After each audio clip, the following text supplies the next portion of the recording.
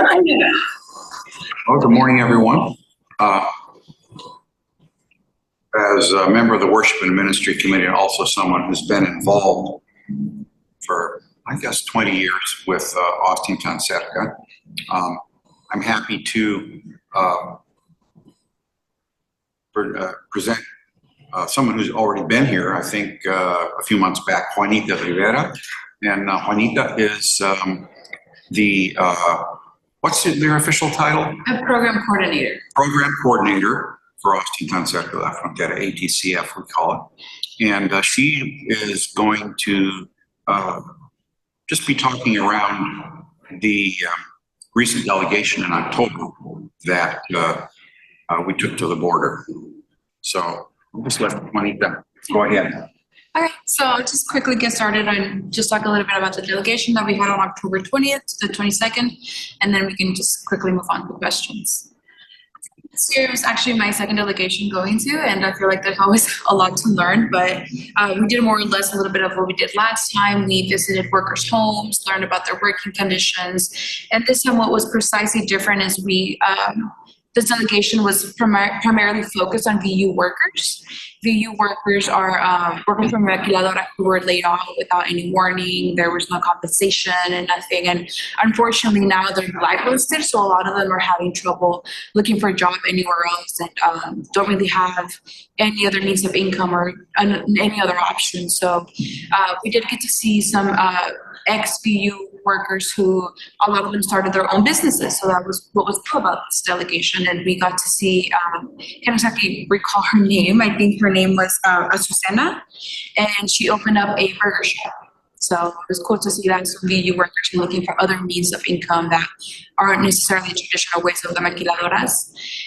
And we also took part in the FEMA project, which is the project which empowers women of the maquiladoras. It empowers them to stand up for themselves, to learn about their rights. And, you know, a lot of the times women in these workplaces are, the workers in general are abused, but I think specifically with women, there's a lot of, unfortunately, sexual abuse that goes on. So it's a lot of educating workers on, how to report something, how to know that they're being abused, because unfortunately a lot of these women don't even know that they're going through these circumstances. So there's a lot of empowering through that. And I don't know if you guys have any questions, but that was just really quickly. And yeah. A quick question. You said you workers. I think that's what I heard you say. Are those people that were promoting organizing? So the VU workers, yes, they work at a maquila, which is a foreign-owned sweatshop. So they're the workers that used to work at this maquiladora, but unfortunately they tried to unionize. Well, they actually did it successfully. They unionized and they voted in a union. However, the company that they were working under didn't give in to the demands that they were giving, and rather than giving them fair pay and better working conditions, they decided to just shut down the factory. So this shutting down came without a warning. These workers were laid off. There was no warning. They weren't compensated. So these are the workers that we got to visit this time around. Mm-hmm. Yeah, go for it. I was actually along on the trip as the driver and the interpreter. Luckily I only had to drive because everybody knew Spanish pretty well. But so VU violated all kinds of Mexican labor laws and international agreements by doing this, by not compensating them. They also so there was actually, which is very unusual, there was actually a court decision in Mexico against VU saying that all of their equipment would be impounded and the proceeds would be sold off and used to compensate the workers. And one of the workers who was with us suspected there might be something fishy going on, so he camped out in his car by the plant, and sure enough, a bunch of trucks pulled up. So he pursued them all the way to the border and actually convinced the border guards to not let them through. Wow. So that was, it was pretty dramatic. That was on this trip? On this, yeah. Anyway.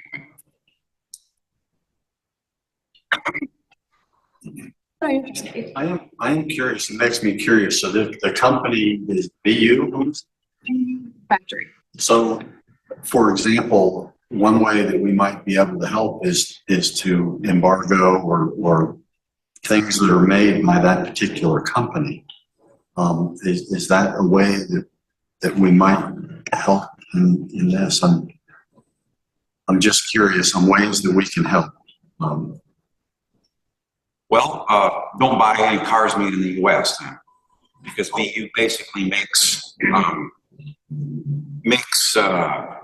as I understand it, is it things like stuff for the dashboards and seats and stuff in many makes and models of cars made in Detroit. Their headquarters is in Troy, Michigan, which is a suburb of Detroit. So that would work. There have already been demonstrations outside their headquarters, things like that. I don't know if you're aware of anything else on that. At the moment, no, I am having a meeting with the CFO to have any updates. Okay. But yeah, that's as far as I'm concerned, it's pretty much that. So the CFO might know something. Yeah. Do folks know what the CFO is? Maybe that's worth telling them about. Yeah, so the CFO, there are partners down in Mexico, and they're the ones that usually help us plan these delegations, and they very warmly welcome us, and they take us through these communities and through these workers, and they're a group of organizers. So basically they're not a union. I think a lot of the times they get mistaken for a union, but rather than that, they are the ones behind the scenes that go into these maquiladoras and organize the workers and educate them on their rights, and they help them vote in unions. That's their purpose. They're not a union themselves, but they work with the workers so that they can fairly represent themselves.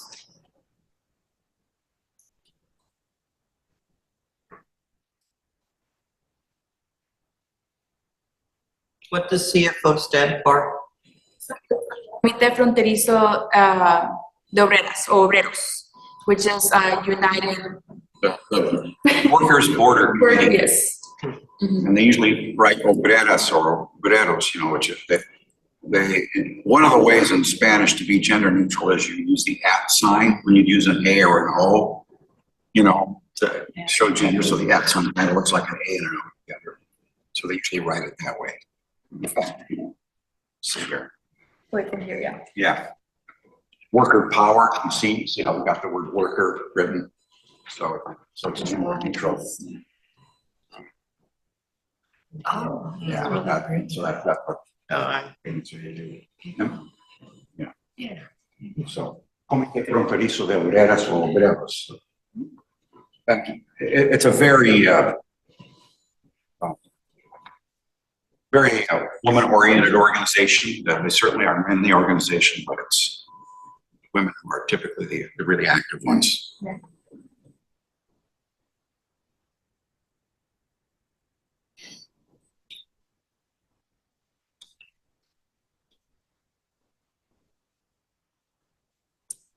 But really quickly, I do want to talk about our tote bags. So we are having a tote bag fundraiser, and the purpose of these tote bags is to provide funds for the workers that were unfairly laid off. So the creator of this tote bag, well, actually the one who made the little painting up here in the front is a local artist here in Austin, and her family is from Cahuila, Piedras Negras, which is the maquiladoras that we usually visit to. And the tote bags themselves were made by Fuerza Unida, who's also our partners down in San Antonio. And we've been partners with them for about 3 decades. So they themselves made the tote bags, and then the little bird here painting was made by a local artist. So I'll just leave these up here. What kind of bird is that? It's a colibri. I don't know what Colibri, hummingbird. Hummingbird, okay. Yeah. Is it stitched or painted? It's I don't precisely remember, but I think they're just like the pictures are just pasted on here. Okay. Yes, but you guys can click it around if you want to take a look. Very pretty. It means workers' rights? Yes, or power. Oh, there. They're special. Very good. It's back there somewhere. You said Fuerza Unida stitched the bag? Yes, we did. Levi's, and then the artist made the, Yeah. Yeah. Fuerza Unida, I don't know if you want to tell us a little about that. They're the ones that actually stitch the bags. yes. So I'm a little blurry on their history, but I'll try to remember the best that I can. But they used to work at the Levi's company down in San Antonio, but unfortunately, like, you know, a lot of these cases in Mexico, they were also shut down. After NAFTA came into action, they were shut down because a lot of these companies moved down to Mexico for cheap labor. So these people were laid off, no compensation, no warning, and a lot of families were left without jobs, and there was a lot of repercussions to that. A lot of people couldn't, unfortunately, provide for their families. So these workers, they organized and they tried to protest the unfair maquilas that were being opened down in the border, and they tried to warn other Levi companies in the US, you know, like that this was happening, to beware and to organize, to be prepared for it. So out of that, they formed Fuerza Unida, which is basically another organization that empowers workers as well. But we've been partners with them for about 3 decades in our delegations. That's one of our first stops down in San Antonio.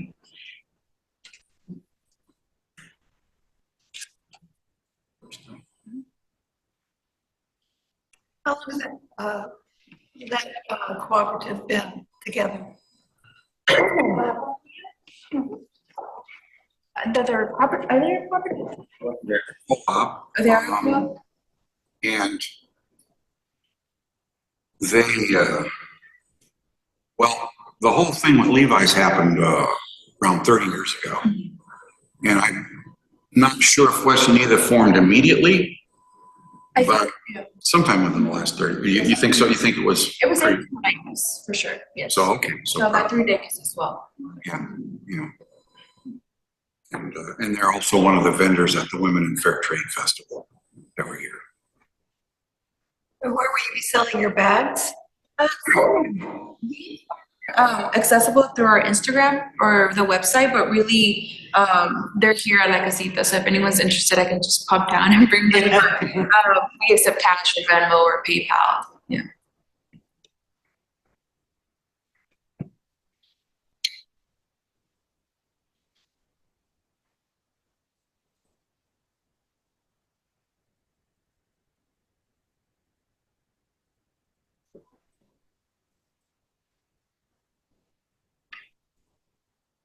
Mine, or were you going to say something? Can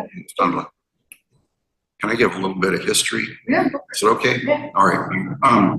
So the Mexican Revolution happened in 1910. I mean, the second one. So we're going way back here. And there was a lot of social ferment, and labor unions were formed. But the labor unions that were formed between the 19 teens and the 1940s basically fell under the orbit of the what was originally the Revolutionary Party in Mexico, the PRI. Some of you have heard of that, the PRI, which in Spanish literally, I always think the name is funny, the Party for Institutional Revolution. So, you know, just kind of an interesting name. And I know Juanita's family Yes. is has been associated with the PRI, right, in the past, in local politics.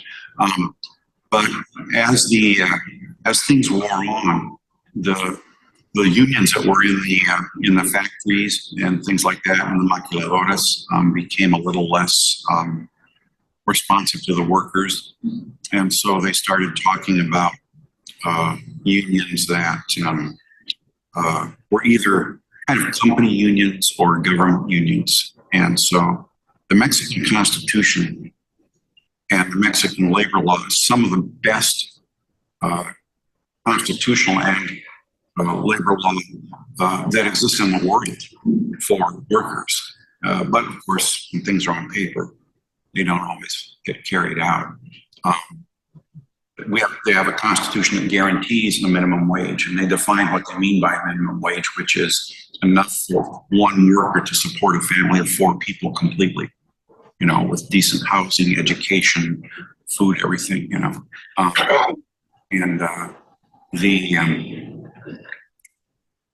So what's happened is that part of what's been going on with the CFO that Juanita alluded to is the CFO has been helping workers get organized.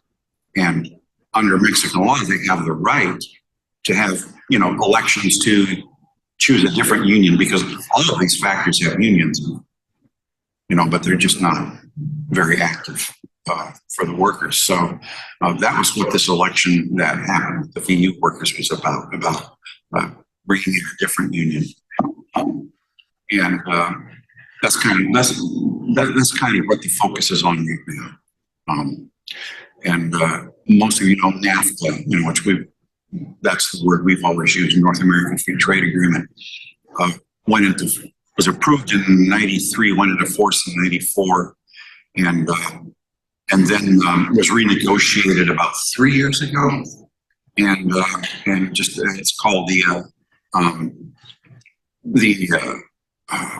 USMC, right? Yeah, United States, Mexico, Canada Free Trade Agreement, and it is a little bit better regarding labor rights. A little bit better. Do you have any details on it? I think precisely after this, after USMCA is when a lot of the CFO had a lot of free space to move forward and really organize maquiladoras down in Mexico. So I think ever since then, there's been a lot more organizing and a lot more maquiladoras for sweatshops voting in their own unions, because it allows unions to vote in a union of their choice. And a lot of these workers, after this law was passed, didn't even know that. So that's also the CFO's work that they do. They educate the workers on the law, because unfortunately a lot of these workers don't know. But Howard was mentioning the unions that actually represent the company rather than the workers. And in Mexico, they call them sindicatos charros or sindicatos blancos, which is white unions. So they're a corrupt union that, again, rather than representing the worker, they represent the company. And a lot of the times they actually work directly with the company to suppress the workers, or with local politicians or policemen. So these workers, it's not that they're just organizing or fighting against their company, but they're fighting against these white unions, against local politics, politicians, and even at a state level sometimes, which is very unfortunate. And it's a difficult fight, but it's definitely something that's worth it. And it's very empowering to see these workers do that and, really fight for themselves. One of the things that the CFO asked us to fund years ago, and they still have a big stock of them in a storage room, and they use them. There's a telephone book size publication, which is the official text of the Mexican labor law, and they actually use that in their organizing. They give it to workers, let them read it, have discussions about it, so they can see, okay, you really do have these rights. Don't let them tell you otherwise.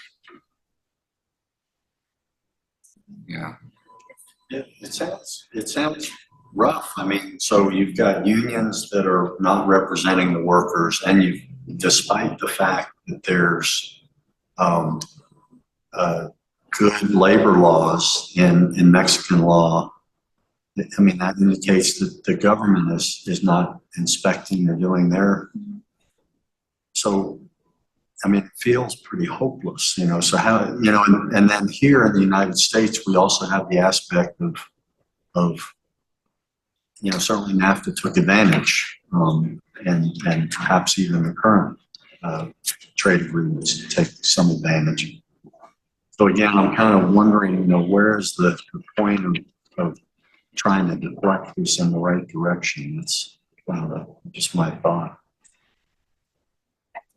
That is something that our last delegation in May, one of our delegates asked, because they learned so much from this delegation, and like you said, it almost seems hopeless. So one of our delegates did actually ask, how do you guys stay hopeful? What encourages you guys to move forward with this? And I think it's just those little wins that really do push the CFO to keep forward. And I think, especially in the maquilas, and it might sound so small of a win, but a lot of these maquiladora workers don't even have bathrooms. They don't even have proper AC. And I think last delegation, there was a woman who was sharing her story of the maquiladora that she worked at. And she said that one of her coworkers died. She was pregnant. They didn't let her sit. So although it might seem hopeless, I think it's these little wins that really encourage the workers. I think through unionizing, especially at VU manufacturing before they closed down, one of the demands was, as little as it sounds, was to have chairs for pregnant women. And they were able to give that. They asked for AC and they were also able to give that. So I think even though it sounds, to us at least, sounds like it's not that much, but to them, it's a lot. Even something as little as getting AC is a lot, or bathroom breaks. You know, that's a win enough. Yes. Sounds crazy, but. Bathroom breaks is a big focus. Yes. Yes. In some of the factories, for instance, they'll say, okay, you get 5 minutes. You get 5 minutes every shift, or Yes. twice a shift, or something like that. And they get a bathroom per. And there's one bathroom Yes. for the whole factory, which might be For hundreds of people, or maybe even 1,000 people. And so you get your 5 minutes and you go and there's a line of 20 people. But you got to be back in 5 minutes. So it sounds like a little thing, bathroom breaks. Oh, come on. But it kind of stands in for the respect that workers are asking for, the basic decency, I think, that they're asking for. And if people can't go to the bathroom all day and they don't dare to, just take off or anything. So you start to have health problems, you start to have kidney problems and things like that. So it's a big, it sounds small, at first, but it's because we can't envision that, I can remember we took a trip. It wasn't with the delegation, but we were doing something else. So I guess it was about 15 years ago, maybe. And there was a woman there that worked for the CFM. They had 2 young adult, close to adult age children in wheelchairs with spina bifida. And then they had a third child that was more neurologically intact. And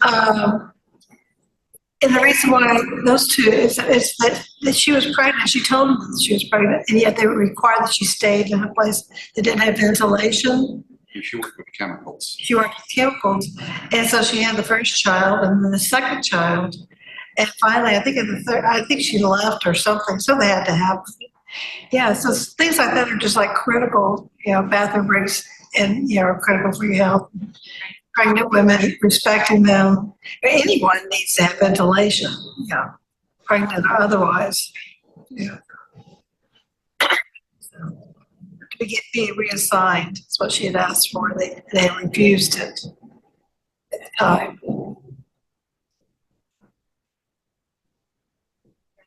Unfortunate.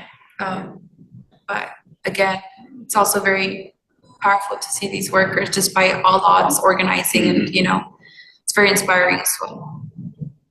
Have they gotten the compensation from the equipment?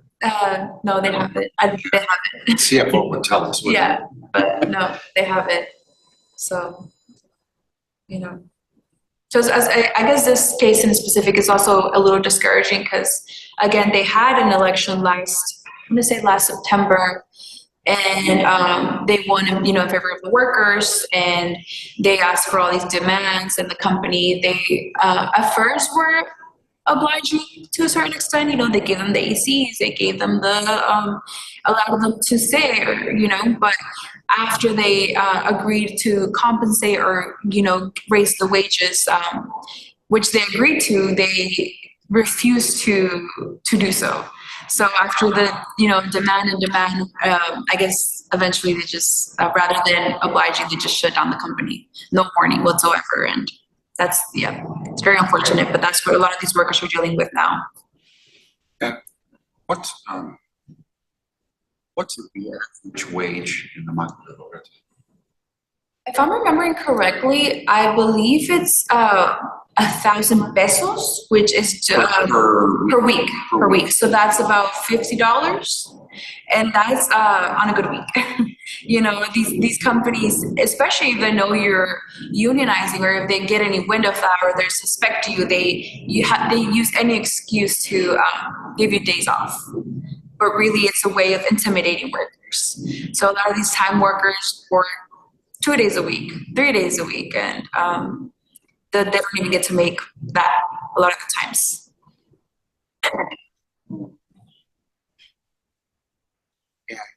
I believe Juanita alluded to it, but one of the things that usually happens on these delegations is there's a time when someone from the CFO gives a presentation.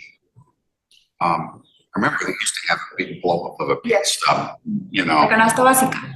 Yes, the canasta básica, the basic, you know, basket of food, and just showing what it costs per week to just get the basics, you know, for a family of 4, I think is how they usually do it at basics, and then get some of the nice to haves, and by nice to haves I mean fresh fruit and, you know, chicken and stuff, and then all the things that maybe aren't a weekly expense, but you can break them down by week, like school supplies for the kids, because those are a big deal. Utilities, all kinds of other stuff. Your payment on your house or your rent, you know, all that. And they use that and they compare it to the weekly wages, and it's not enough. Because a lot of people are shopping down there. They have HEB down there. Okay, so the prices are comparable to the prices here, right? I mean, it's not like they're lower. They're fairly comparable. So imagine going to HEB and you're making $50 a week, or 80 or 100 sometimes. I mean, it can vary, but the exchange rate fluctuates. Usually less, the value of the peso goes down. Right. But the wages don't adjust for the, you know, for that sort of thing.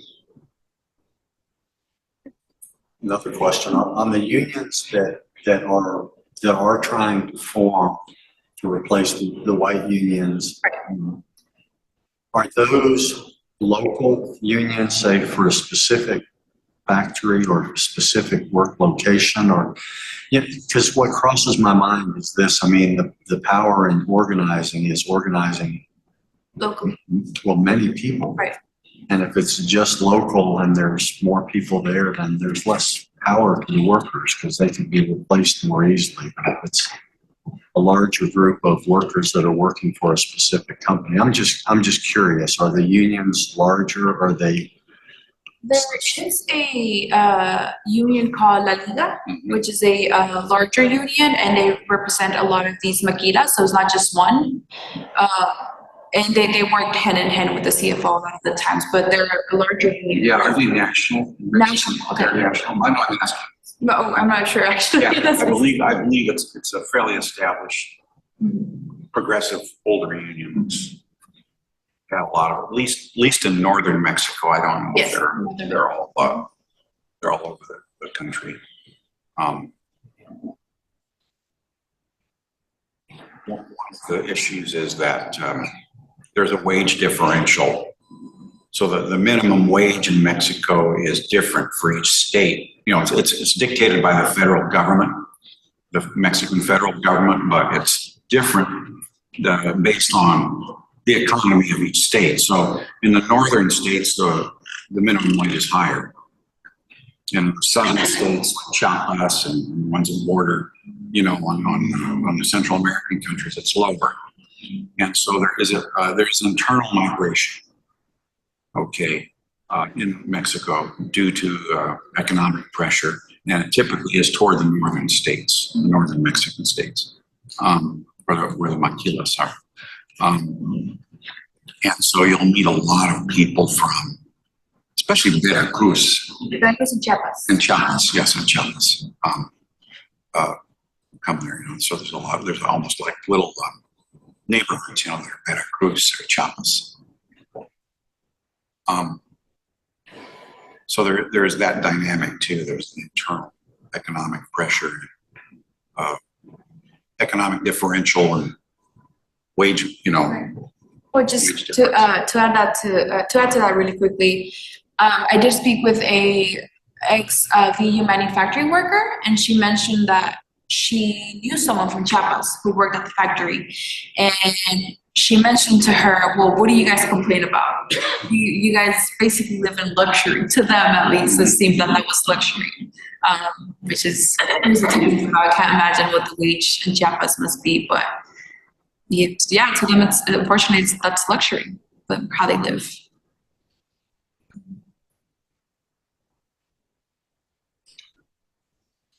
There are older unions as well that they've worked with in the past, older established unions. The miners union,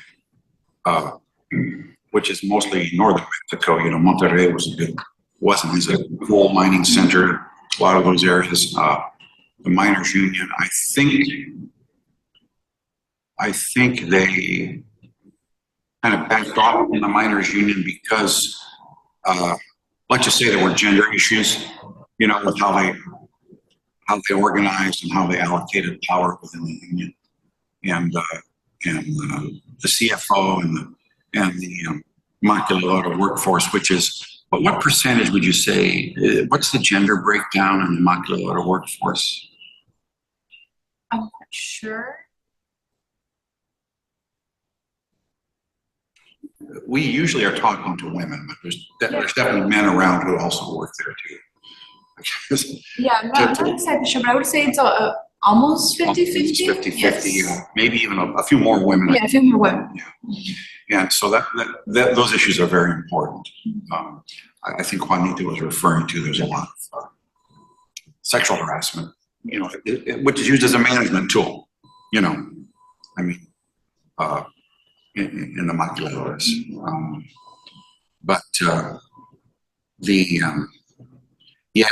So they kind of, they're really looking for a union that respected, gender issues and was aware of them. I think La Liga is more what they're looking for.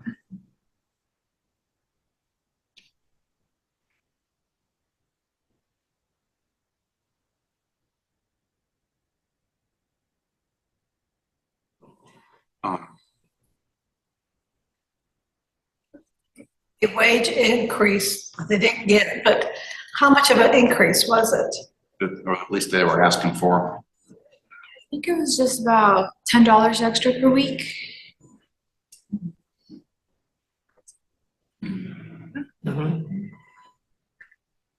If they would have moved forward, the salary was to be evaluated on a yearly basis. So depending on inflation or needs, etc., they would ask for more and they would negotiate with the company. So that was to be a yearly thing at least. That was the expectation, but unfortunately they closed down. Yeah. But I think that's the goal for a lot of these workers to get higher wages and do a yearly evaluation so that they can, adjust that due to inflation or depending on what the needs, right? Mm-hmm. At least. Right, at least. Yeah.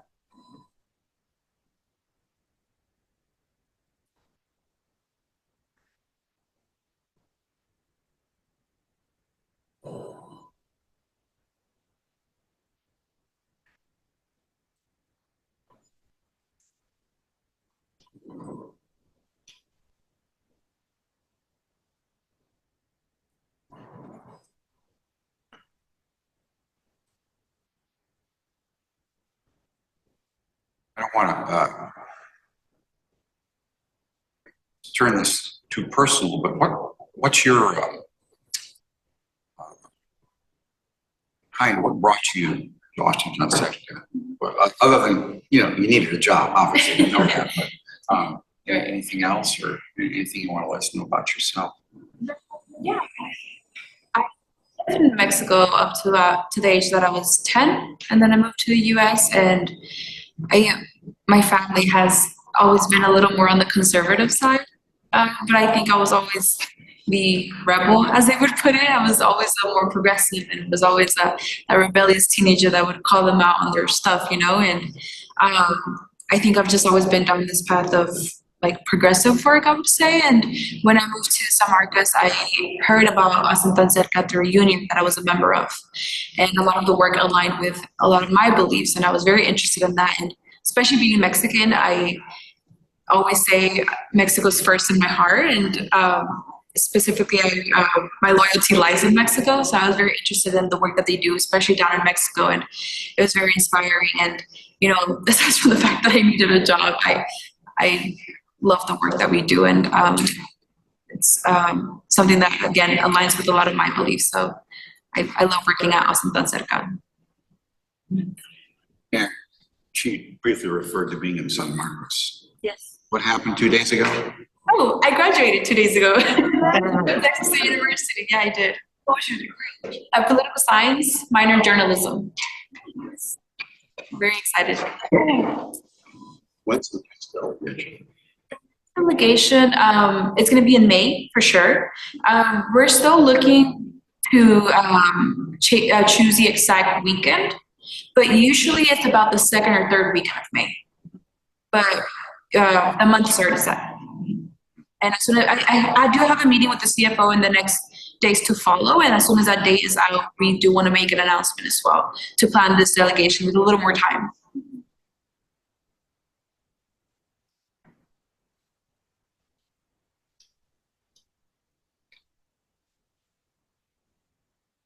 That's one of the reasons I'm excited about this session being recorded, is because I know we have you know, Juanita, you wouldn't believe it, but usually when we're all here at the 11 o'clock hour, it's about half of the people are under 35. And so there's a lot of, we're hoping we can do some kind of outreach and recruiting. Yeah, for sure. I think as soon as we have the date set, I would love to come back and announce it. But yeah, as soon as we have that set. Yeah. Not to exclude anybody who's here. I'm not saying. Right. Typically, those are the people who get motivated to go on these delegations. One of the nice things, you know, maybe we can invite you to is the Tuesday brunch that they all go to the Madres, and maybe you could, you know, join them. Yeah, and what is the Second Sunday. Which is today. okay. And if you can't do it today, maybe one other month, but it's a good way to meet Yeah. people more in the age group that would be demographic, you know. But it usually happens 1:30 at Madres. Yeah. Unfortunately, I can't this Sunday, but I will be there next Yeah, Sunday. yeah, just keep that in mind. You know.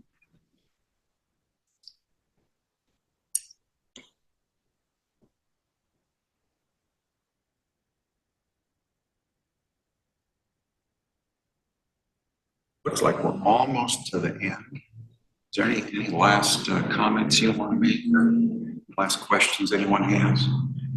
Sure sounds like important work. And thank Yes. you. Thank you very much. Thank you. Very important. Thank you guys for, you know, welcoming me and allowing me to speak here and just have this conversation.